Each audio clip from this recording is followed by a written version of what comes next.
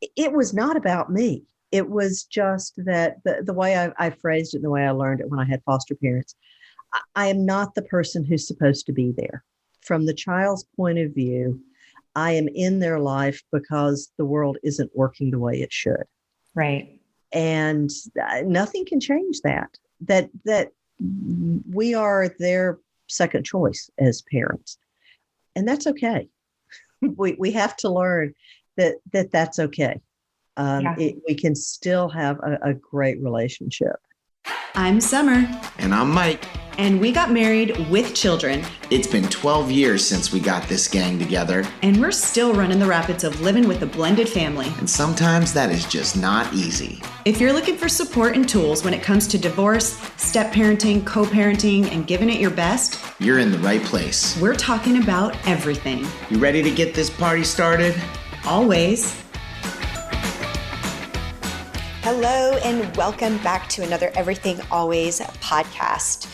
If you are a step parent, you know what it's like to parent other people's children, to raise other people's children. And that is what we were talking about today with author Debbie Ausburn, who has a book out called Raising Other People's Children. We are talking about ourselves as step parents and how we're supposed to show up as a step parent, and maybe some surprising things that will make you think a little bit differently and hopefully take off some of the pressure of what you think you are supposed to be. We're going to talk about how you can make the most of the relationship with your stepchildren and really have a rewarding relationship.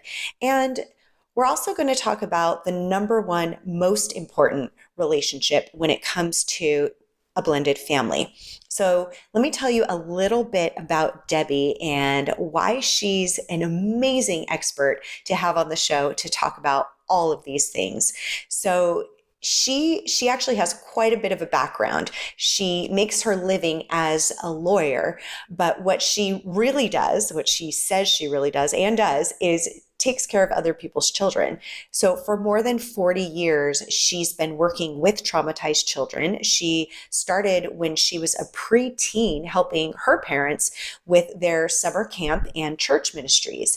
And in the years since then, she's served as a juvenile court probation officer and social worker. She's been a group home parent, a criminal prosecutor, nonprofit volunteer, and board member and attorney defending youth-serving organizations. So she has been there. But the most important roles for her have been being a foster parent and a step parent. And you'd think going through all of that, she's got it all figured out, right? Like, okay, I've done all of these things. Now I'm going to step into the role as a foster parent, a step parent, and I've got this handled. But that's not the case. We're all human, right? So challenges arise no matter how skilled or how well equipped we are, they happen.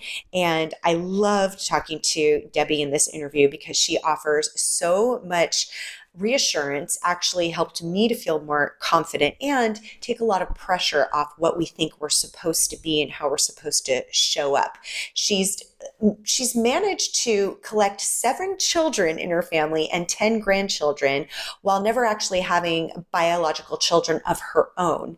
And so she knows those of you who are step parents out there and you're wondering, oh my gosh, there's so much pressure. Who am I supposed to be to this child? And it's your first time as an actual parent because you don't have biological children of your own. You're going to totally relate to Debbie.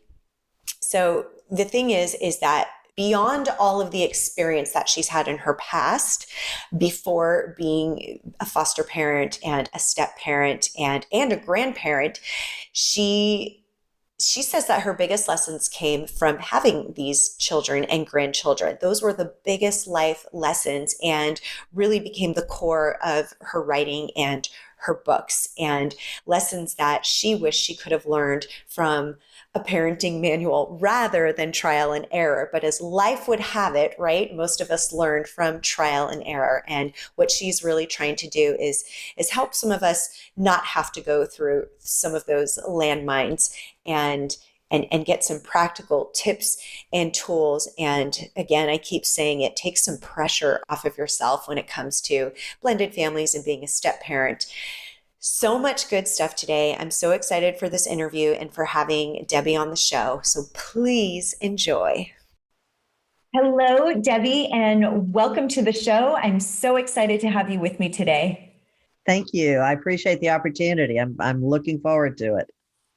Well, we spoke just a few minutes before starting the interview, and I was telling you just how thrilled I am to be talking about what we're talking about today, just because it resonates with me so much as a step parent. And I know it's going to really resonate with the step parents that we speak to and that write in. So a lot of the questions that I'm asking are going to come from me, but they're also coming from listeners and followers that write in with these exact questions. So I was so excited when you agreed to be on this show, because I just get so like pumped up when I'm like, yes, these are the things that we think about in our brains, but we're scared to ask. Right, we think we're doing something wrong. So before jumping into all of that, can you give us the high level background of the work that you do and of course the book that you wrote and what it all addresses? Okay. Well, I make my living as a lawyer, but what I've done with my life is raise other people's children. So I started out after college as a social worker. My technical job was probation officer, but given the caseload that I had to deal with a lot of family issues. And then the working with that caseload, I just burned out. I got tired of dipping out the ocean with a teaspoon. And so I went to law school, but I stayed involved working with kids. I did not get married until my 40s. I joke it's because I couldn't find a free weekend. But it also was because, just I was never in love with the same person who was in love with me long enough to establish a marriage. But during that time as a single person, my social work instincts kicked in, and I signed up to be a foster parent. And I worked as an emergency placement, as a respite placement, and then finally as long-term placements for several different teenage girls. I always got teenage girls because I was willing to take them, and they're the most difficult. I can imagine. For anyone to place, yes. And then moved back home to Georgia. My mother had a stroke. My brother and sister were raising children without my advice. So there were just a lot of reasons to come back home. And eventually, before I could sign up for foster care here, I ended up falling in love with and marrying a man with 5 children. Only 2 of them were at home, but I found myself being a step parent to 3 adult children and 2 teenagers, 1 teenager and 1 preteen. Wow. So you definitely have the experience. Yes. I say I've never had biological children, but through foster parenting and step parenting, I have collected 7 children and 10 grandchildren. Wow. That is incredible. So, firsthand that feeling of, or the questions of, am I there enough? Am I doing the right thing? How far, how much do I step in?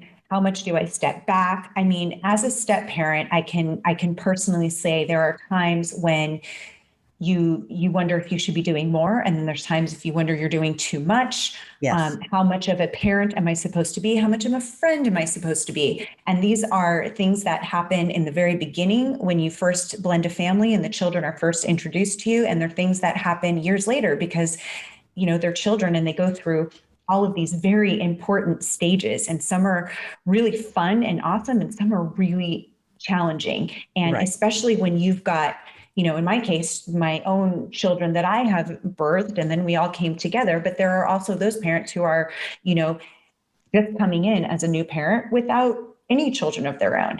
So Right. those are all, those are like the storm of thoughts that are going through your brain all the time. Yes. The Brady Bunch was never like this, was a phrase that kept coming back to my mind.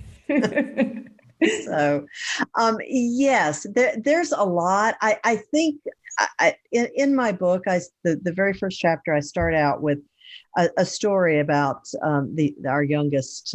I call him my son. He's my stepson, our youngest son. And the question came up of whether he should stay living with us. His father had custody, or move back with his biological parent, his mother. And we were trying to get his opinion. And of course, he did not want to say anything that sounded like he was choosing sides. Mm-hmm. And so he was sort of sliding away from the question. And we weren't trying to make him choose sides. We just needed to know how much resources to invest in a particular outcome. And my husband finally said, well, look, if you had a magic wand, what would your life look like? And he did not hesitate. He immediately said, well, Dad, if I had a magic wand, you and Mom would be back together. Mm. And then he paused for a moment and he looked over at me very anxiously and said, no insult, Debbie, you and the dogs would be right next door. So it was. I think that is a common thing. I've even heard that. I remember getting that from our oldest when, this was like right in the beginning, what if things could be different? If I remember my husband asking this question to his son, he's like, well, no offense to you, Summer, but my mom and dad would still be together. And it's like, Exactly. It hits you because you go, of course, that's what you want, and then you feel this guilt. And then it's like, oh my gosh. Right. Even, and that, yeah. That was, understand my youngest stepson and I adore each other. We always have, and we have a great relationship. So it was not about me. It was just that the way I phrased it, and the way I learned it when I had foster parents, I am not the person who's supposed to be there. From the child's point of view, I am in their life because the world isn't working the way it should. Right. And nothing can change that we are their second choice as parents. And that's okay. We have to learn that's okay. We can still have a great relationship. And this kind of gets into the other question you asked. We should never apologize for being the person who is there. Even though we're not supposed to be there, we are there. And there's nothing to apologize for. So that's huge. That's is huge right there to hear that, and for people to hear that, because when you do hear that, well, my parents would still be together. You do have that feeling of, okay, I'm not supposed to be here at all. Even, when you've had nothing to do with the reason that they exactly aren't together, it's still, you feel that. And so for you to say that, it's like, oh, wow. Okay. Right. That yeah. makes me feel better. And I learned, this was one of the things that being a foster parent taught me, that I internalized it, and I was so experienced in doing this by the time I became a step parent that I really had to pull it back out of my tool chest and look at it all over again and realize that it is a tool that I use. And when you were asking about, do I parent or do I become their friend? My answer was neither. Whenever one of my foster kids would say, I don't want to be here, I don't want you to be my parent, I just learned to say very calmly, I understand, I'm not your mother, but I care about you. And as long as you're here, I will treat you like my daughter or son. And I'm the adult on the premises. Mm-hmm. So these are the rules that adults set for these premises. And these are the house rules.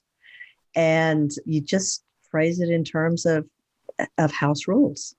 Before I got married, my youngest stepson, who had quite a way with words, said something to me about, so are you saying this because you're the soon-to-be female authority figure?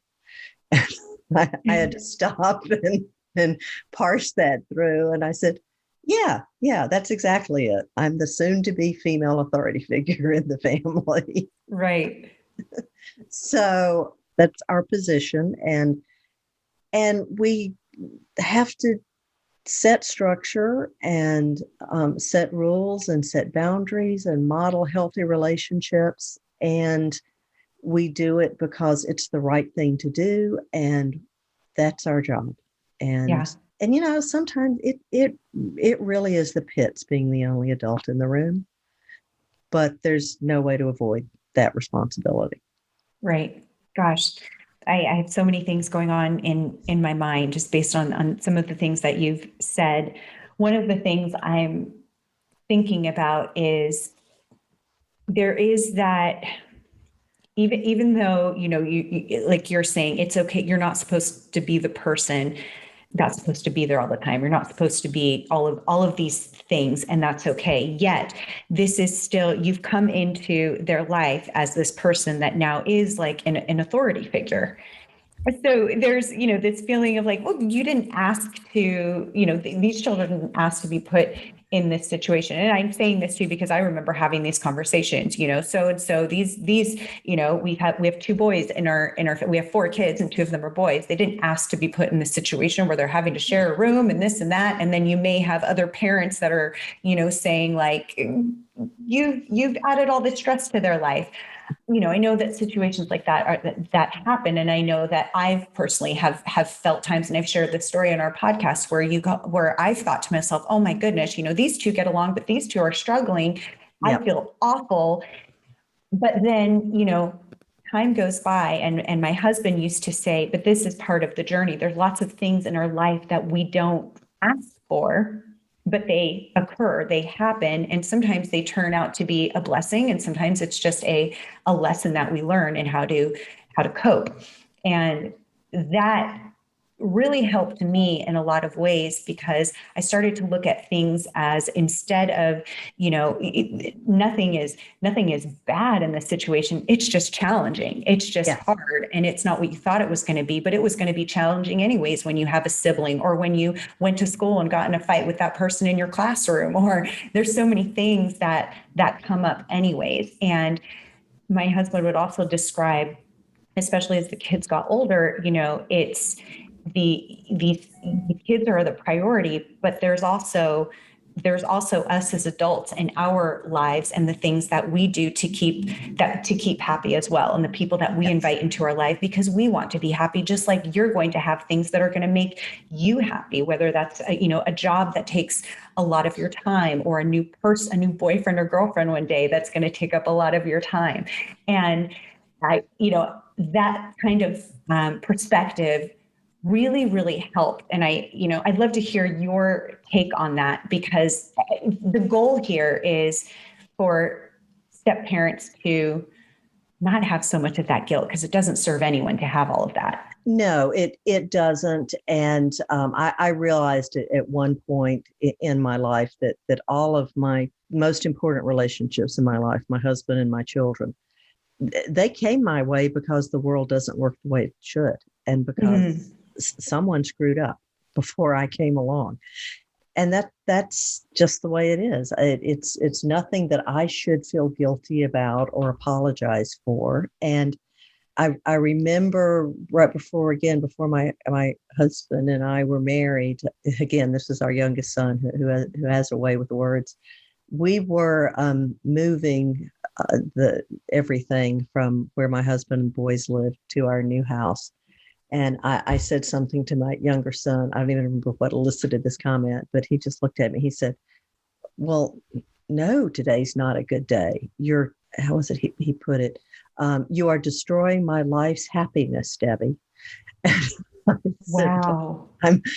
I'm very sorry, but we are going to live together. Your father and I are going to get married, and we are going to be a family, and you'll be fine in a new house. And sure enough, he was fine. But like your husband said, this is just part of the journey. So Yes, we make decisions that affect our kids, but you know what? Parents have been doing that for centuries and millennia, and we do the best we can, and we're not perfect, and that's just the way the world works. So, again, as long as we're doing the best we can, good enough is good enough with kids. That they will adjust. Now, divorce is a trauma, and we're involved in these kids' lives because they've lost their intact family either through divorce or through death of a parent. So I don't want to downplay the trauma that they have been through, but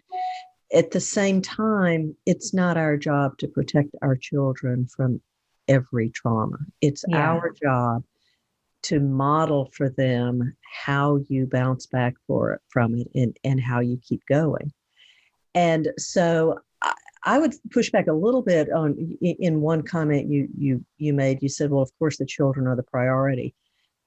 I actually don't think so. I think they are a priority. But I think if there is one thing that our children need from us more than anything else, it is for us to keep our marriage together and to show them how you do that. I completely agree with that. Yeah. And that's something we do talk about a lot, and they are a priority. Right. And, yes. and you're totally, and that's something we say a lot, we're the captain of the ship. And if we're not good, then right. the ship's not going to be good. And, I would love to hear, more of your thoughts on that, because we'll say that, you are, an extreme priority, but, it's funny because we'll say both of those things, like you want to keep, when it comes to the kids' feelings and it comes to with divorce and how the co-parents are together, we'll always say, make the kids a priority, keep it to the business of the kids instead of Definitely. your egos.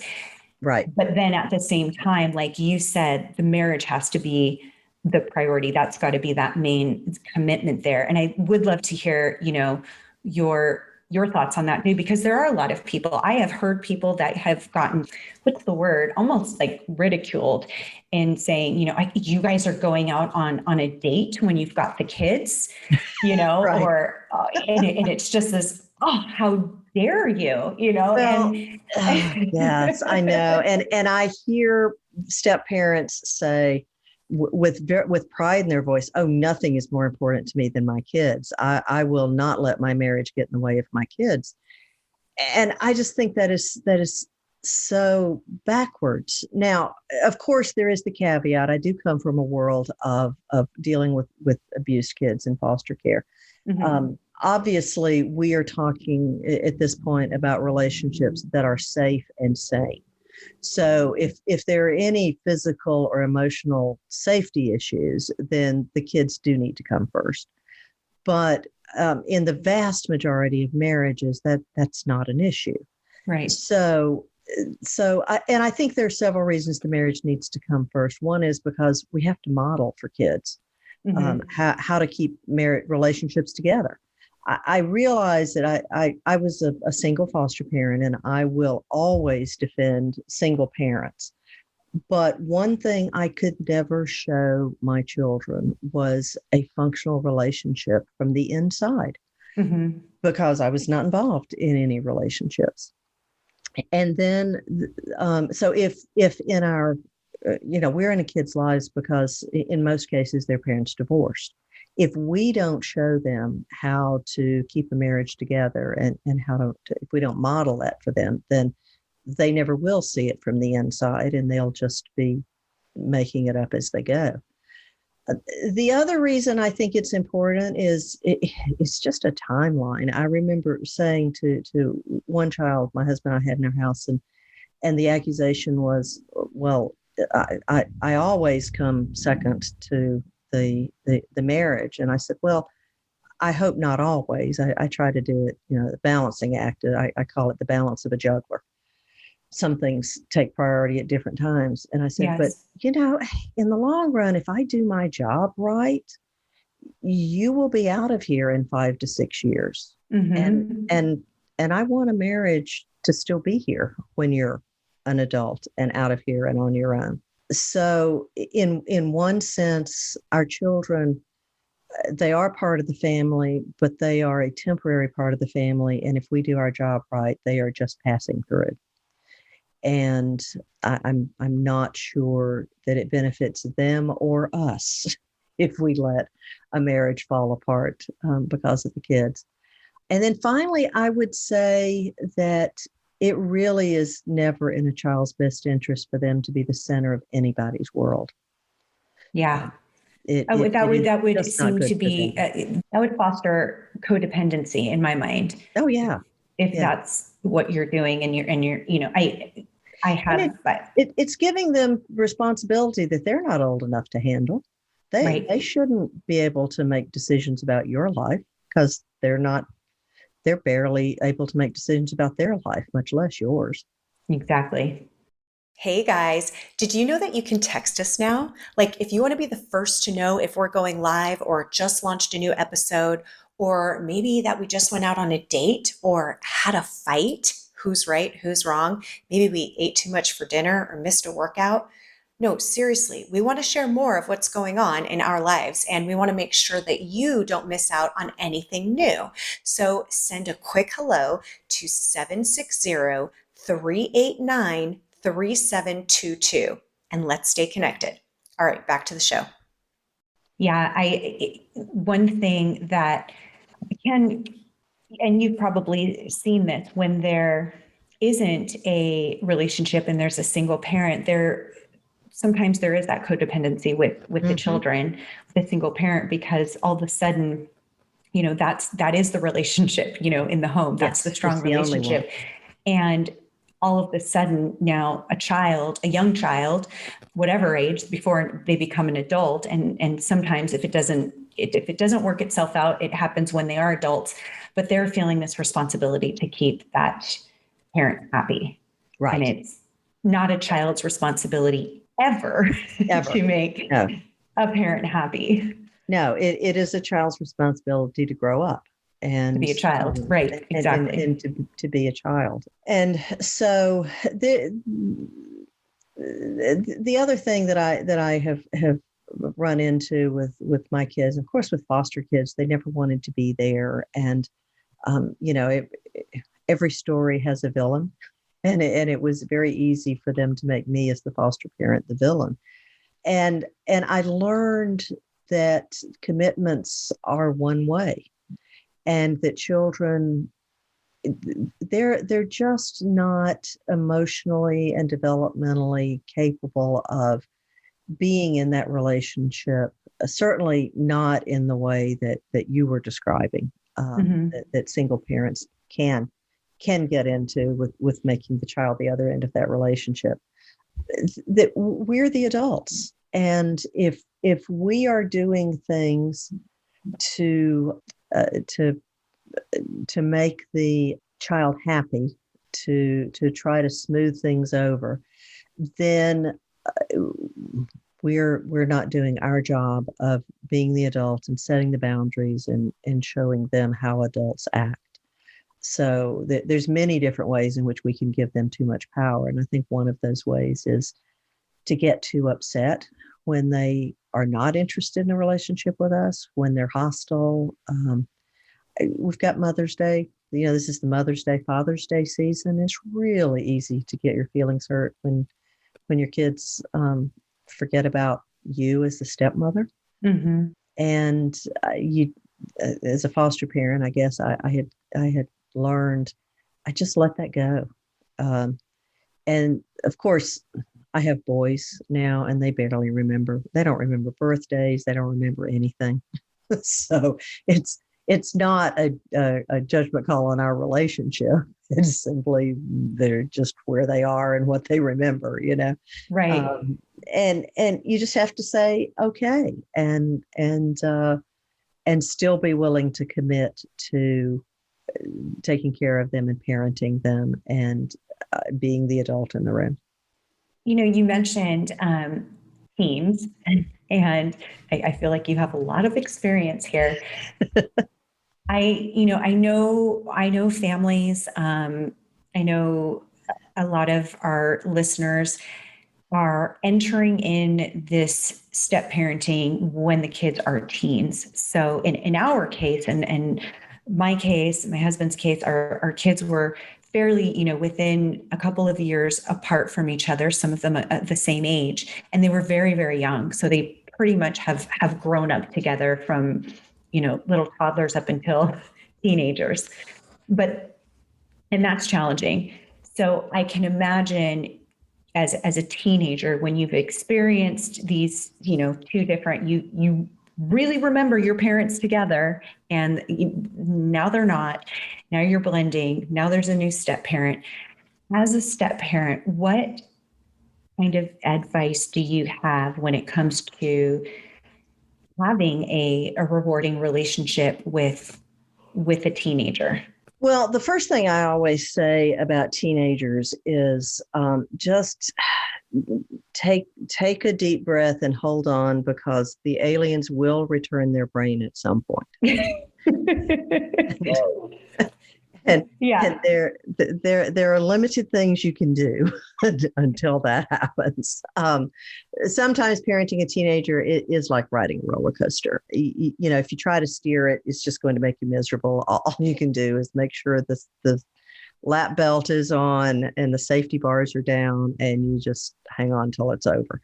They don't even know what they think about things, or I remember my husband asking me about one of our foster daughters, saying, what's bugging her? And I said, I don't know. And he said, well, why don't you ask her? And I said, because she doesn't know. So Yeah. I'm happy to talk to her, but we never get any, with kids, it takes a lot of work for them to sort of drill down and understand what the emotion is and what's going on. So I would say that's one of the things with teenagers. The other thing about teenagers that you have to remember is, on some level, when they get into that teenage phase, they become cave-dwelling mammals, and they just stay in their room all the time and don't want to talk to anybody.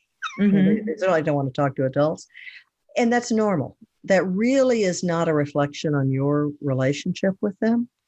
It's just part of their figuring out who they are and what's going on. I used to joke when I first got married, and people would ask me how my relationship with the boys was going. And I said, well, the younger one and I are really tight.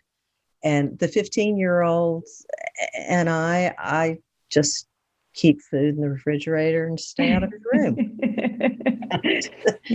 and we're good. So he and I always had a very pleasant relationship, but we didn't have an emotionally close relationship until late teens and early 20s. Now, part of that, I would say, is developmental. You just have to let teens do that emotional roller coaster thing, The other reason is with kids who have been through a lot of transitions, who have watched their parents divorce. One of the reactions, particularly if they have seen their parents in other relationships before you came along, they're just not going to invest a lot of time and energy and a lot of their resources into a relationship with someone who may or may not hang around. Yeah. And I asked one of my sons once when what it was that made them stop expecting me and their dad to break up. And he thought for a minute and he said, well, you're still here.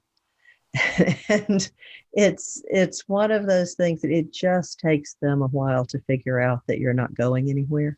Yeah. So that is so true. Yeah. So until then, you just have to let them be reserved. Again, it has nothing to do with you.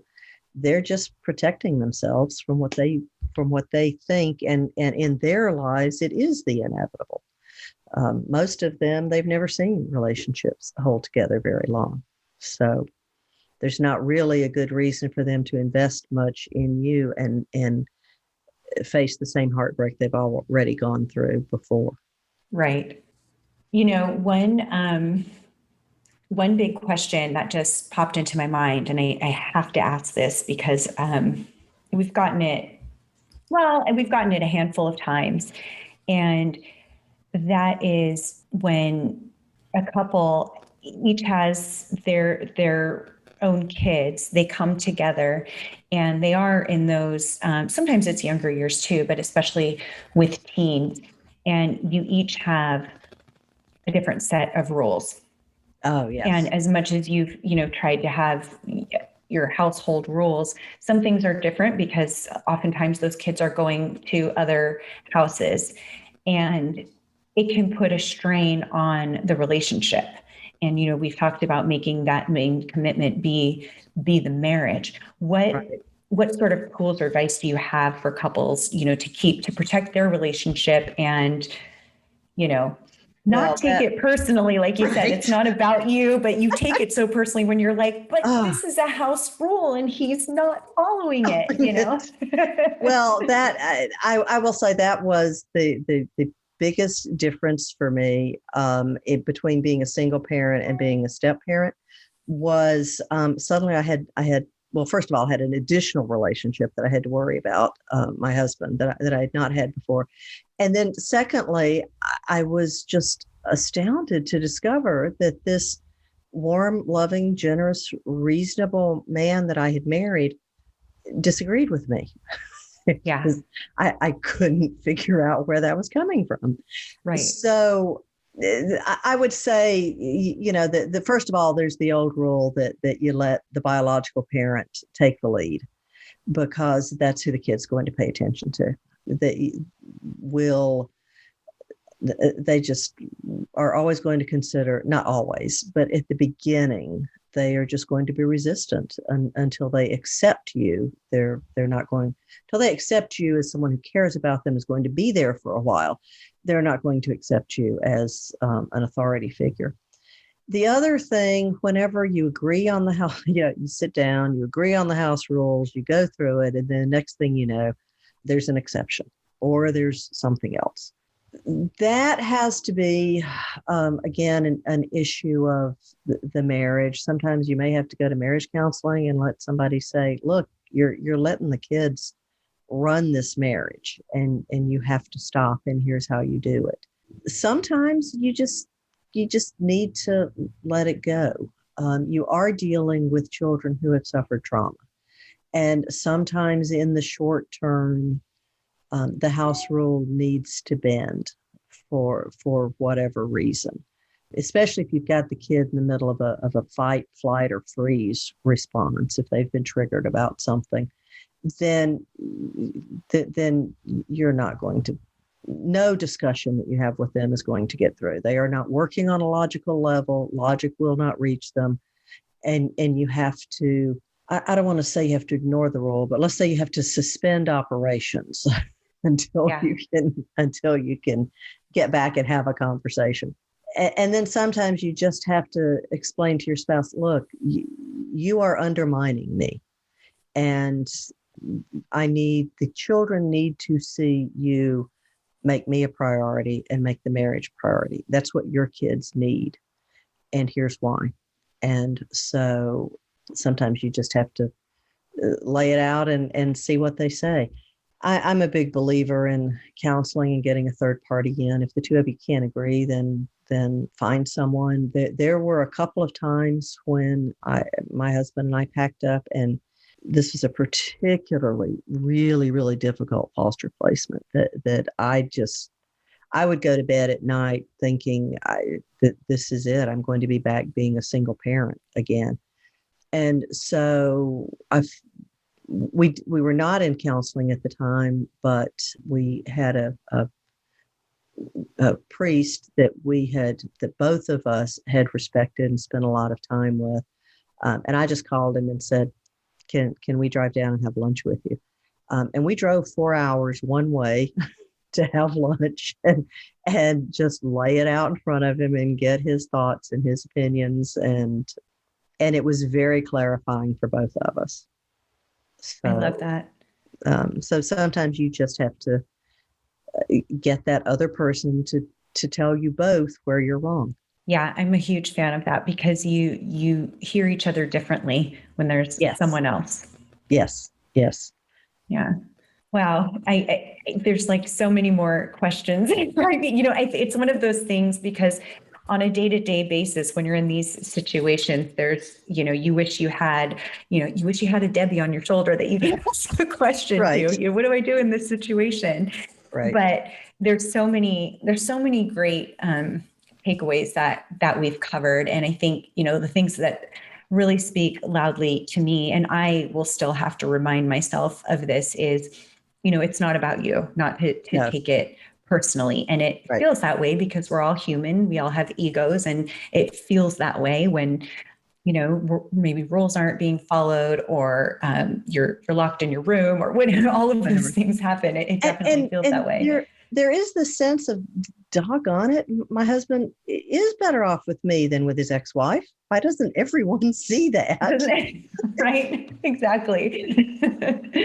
Yeah. And it is interesting, I would say too, is that and you've experienced this yourself, there are different conversations, when they're younger, or when divorce is new for them, you do hear things that are from the child's perspective that is very Right. raw and truthful, and it can hit you. But after years of, being a family, then you start to hear different conversations, Yeah. and then you start to go, kids see things differently, and they start to go, gosh, you guys are perfect together. I can't, they can't see it any other way. So Right. there's so many different dynamics, but I think the main thing is that things will constantly be changing and evolving, because that's just how we are as human beings, especially, as children grow. I mean, the changes are even more rapid, right? From year to year, sometimes month to month.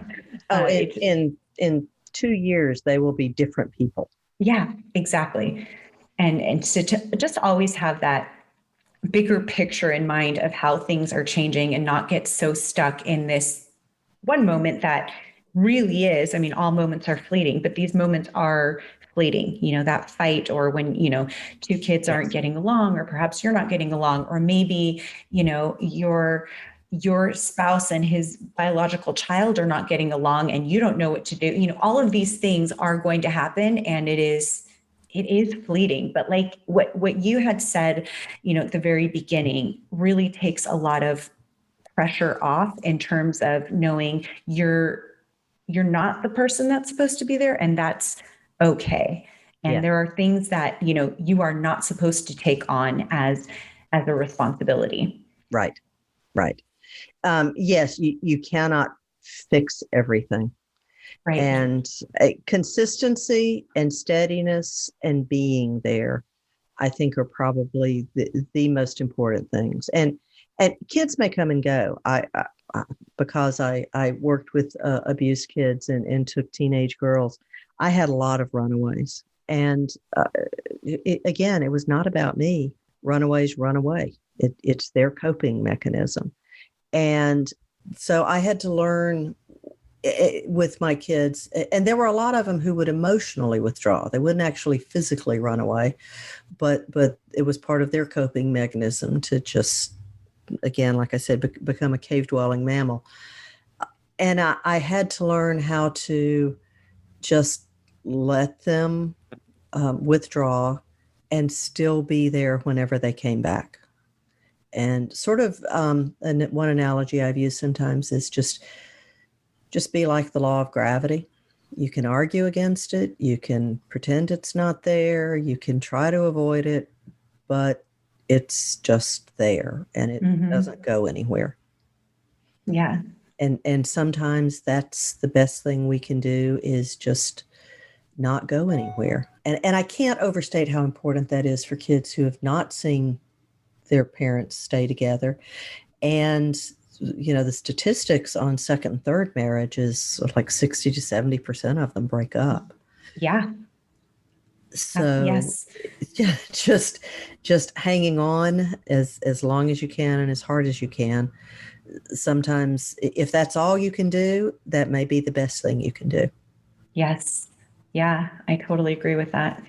Debbie, I know you have so much more in your book and in the work that you do. Where where can our listeners find more about you and get their hands on your book? Okay. Well, my book is called Raising Other People's Children, and the website for that is raisingotherpeopleschildren.com.